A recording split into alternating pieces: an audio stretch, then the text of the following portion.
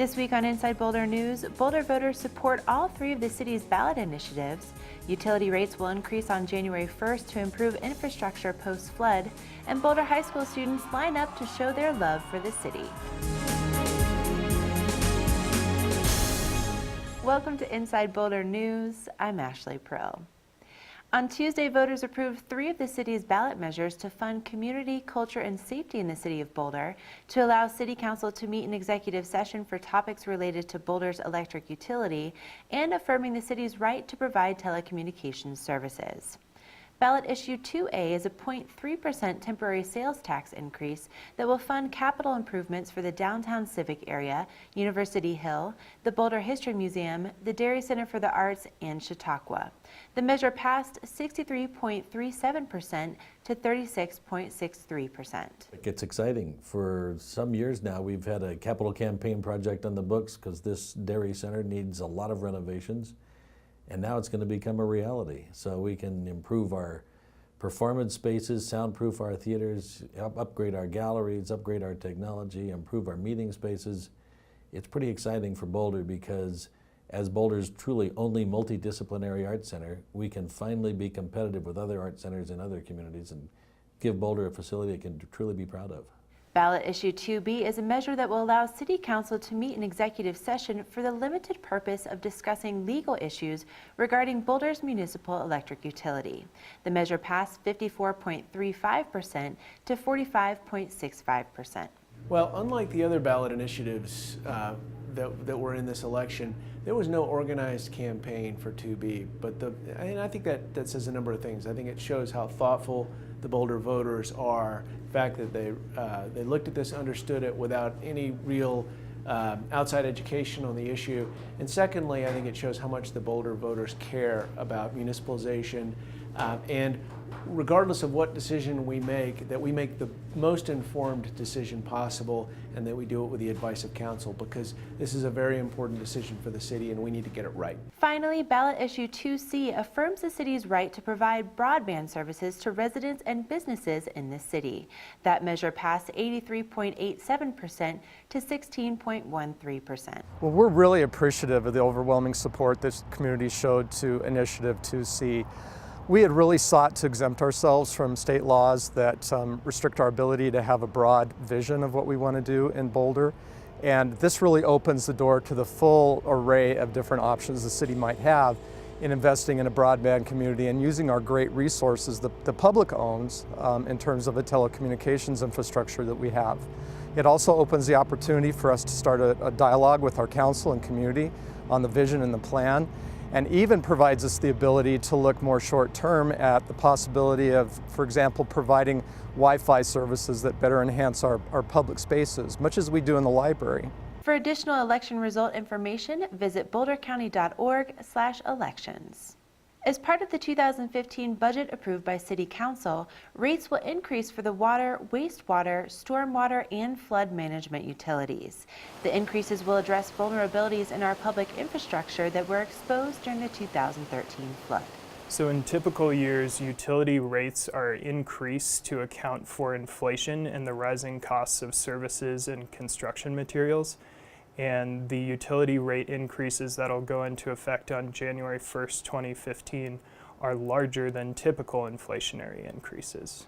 The 75% increase to stormwater and flood management rates will allow the city to fund and accelerate flood mitigation along Boulder's major drainage ways. The 30% increase for wastewater rates will help fund strategic upgrades that will bring most of the city's sewer piping system, which is currently aging. It'll bring most of that up to the current standards within 20 years. The 5% increase for water rates will fund time-sensitive projects that will restore the aging water treatment and distribution infrastructure. Based on community support for additional investment in public infrastructure to help protect residents and businesses and properties from future flooding, the city's making these key investments in our public infrastructure. Don't be caught off guard. To find out how much your bill will increase on January 1st, 2015, visit boulderwater.net or call the utility billing office at 303-441-3260.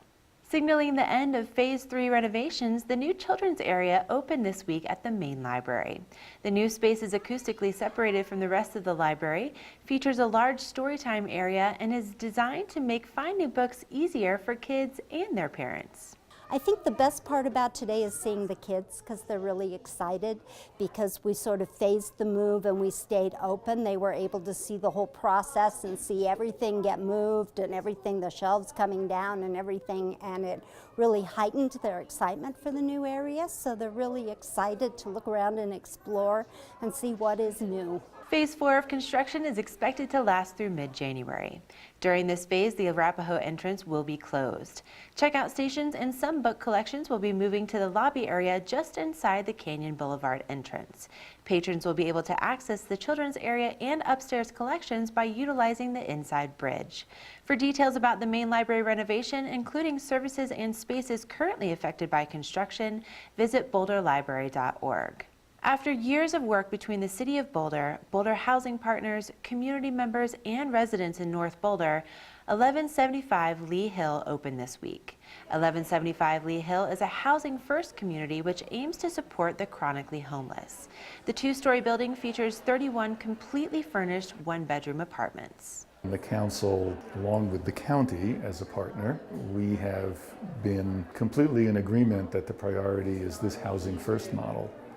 That for as many people as we can, and it won't be everybody, but for as many people as we can, to get homeless people into housing. Because until and unless you get them into housing, there is no chance that they can really change their lives and create a better future for themselves. So what we know about Housing First is that it's a compassionate thing to do for our neighbors who live on the street. What we know is that there's no substitute for a door that locks, and a warm bed, and a safe place to call home.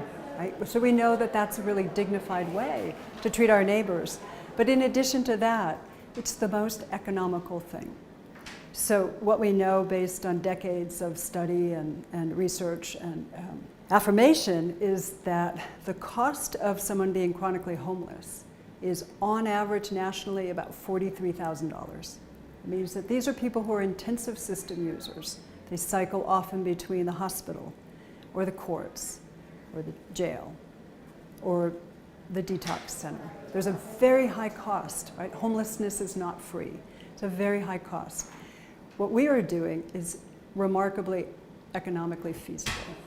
We are reducing that cost by 60% on average.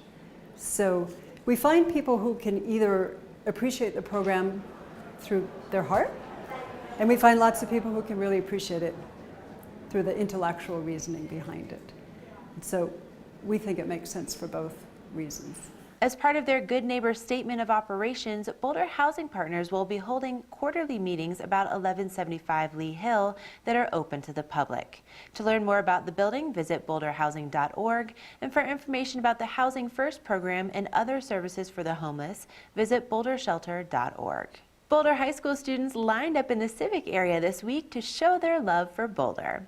Kaya Tone, a junior at Boulder High School, won a $1,000 Public Display of Affection grant for her unique idea to create a film that captures the spirit of her classmates in Boulder's cultural corridor. I just really want for the students and for the Boulder High staff to really remember this year and my year, and not just to remember that, but to also remember that the staff and the teachers and even the parents and the students are making the future of this city and this state and this nation and this world. And I want them to remember that. And I want them to see that physically, how we as an impact, as a people, can make a huge influence here. Kaya plans to incorporate important Boulder landmarks into her film along with the footage of her classmates. To learn more about her project and the Public Displays of Affection grant program, visit boulderarts.org. Thank you for watching Inside Boulder News. Stay in touch with us on Facebook and Twitter by submitting news tips and questions. You can also sign up to receive video updates right in your inbox.